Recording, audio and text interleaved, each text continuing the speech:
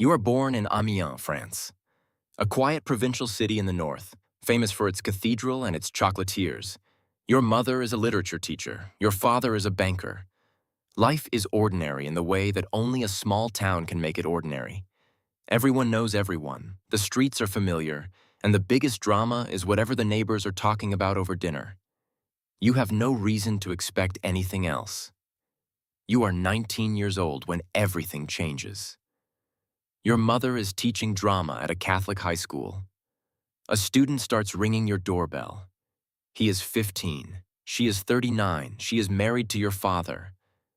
And slowly, quietly, the rumors begin to move through Amiens the way rumors only move in small towns. Through whispers at the bakery, through sideways looks at school, through the particular silence that falls when you walk into a room. There are no social media platforms yet, no trending hashtags, no viral posts. But it doesn't matter. You live in a small town. Everyone knows everything. Your name is Sébastien. You are the oldest of 3 children. At 19, you are technically old enough to understand what is happening. But understanding something and surviving it are 2 completely different things. The rumors are terrifying. Your sister Laurence is 17. She is actually a classmate of the boy your mother is falling in love with. Your youngest sister Tiffaine is only 9, still learning how the world works, and the world is currently teaching her its hardest lesson. Your father doesn't argue. He doesn't fight for the marriage. He leaves the family home immediately. No discussion, a clean break. He is a quiet man, a banker. He valued privacy above almost everything. And now his private life has become the most public thing in Amiens. He never gives a single interview. Not once. Not ever. You grow up. You study statistics. You build a career in data and health analytics.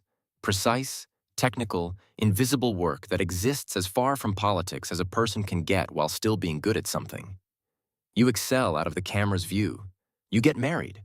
You have 2 children of your own.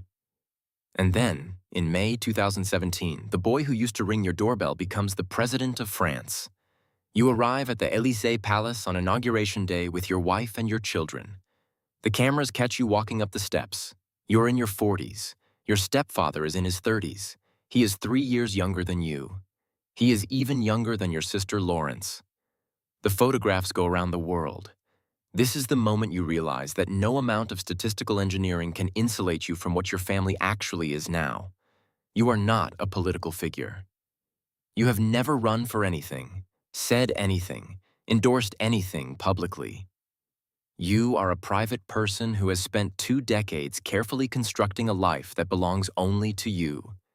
But your last name is Auzière, and your mother's last name is now Macron. And those 2 facts, together, mean that you will never again be simply a man in a room. You think about what your stepfather is exactly, not what he represents politically, not his policies or his approval ratings, just the structural reality of the thing. He is not your father. He is younger than you. He was once your mother's student. He once rang your doorbell as a teenager while your parents were still married. And now he controls the nuclear codes of France and hosts world leaders in a palace. And your mother stands beside him on state occasions in designer clothes while the entire country has opinions about her age. None of it is simple. None of it has a word that fits. Your sister Tiffaine says it plainly. I have a loving father and a stepfather.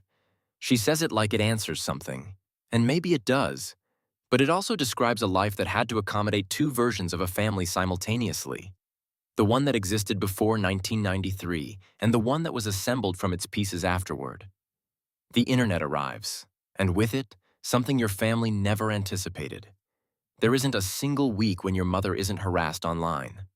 Not one person in her personal or professional life fails to bring up the allegations. The conspiracy theories multiply. They reach your children. Your mother's grandchildren, your kids, hear what is being said. Your grandmother is lying. Your grandmother is your grandfather. You think about your father, how he retreated into total silence after the separation and stayed there until he died, how he never once sought the spotlight, how his death in 2019 was kept secret for 10 months, in keeping with his wish for anonymity. He valued his privacy above everything, and in the end, The world honored it, not because it chose to, but because there was simply nothing to feed on. You are not sure that option is available to you anymore. Your youngest sister Tiffane becomes a lawyer, then a novelist, then a television commentator. She steps forward into the light the way you never could or never wanted to. She dedicates her debut novel to Emmanuel, writing, "To Emmanuel who showed me that nothing is impossible." You read that and you sit with it for a while. Because here's the thing nobody outside your family fully understands. This man who arrived at your door when you were 19, who dismantled your family's quiet, ordinary life, who is now somehow the most powerful person in France, you don't hate him. That would be easier. The feelings are far more complicated than hate. He showed up. He stayed. He built something with your mother that has now lasted decades. He has 7 grandchildren through your family, and he is present for them in ways that a purely political man might not be. And yet he is also the reason your father spent the last 25 years of his life in deliberate retreat, and the reason your mother can no longer walk down a street without someone pointing a phone at her. One day you visit your mother at the Élysée, not for a state occasion, just to visit.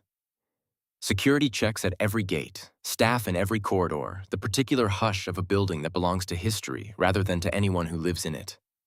You sit at a table and drink coffee with a woman who was once your ordinary mother in an ordinary house in Amiens, who now has a transparency charter governing her public role, whose wardrobe is analyzed by international press, whose mental health has been documented in court proceedings.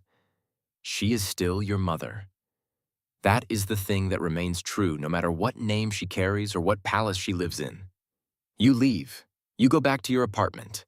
You go back to your data, your wife, your children, your carefully preserved ordinary life. You have never worked for a political polling institute.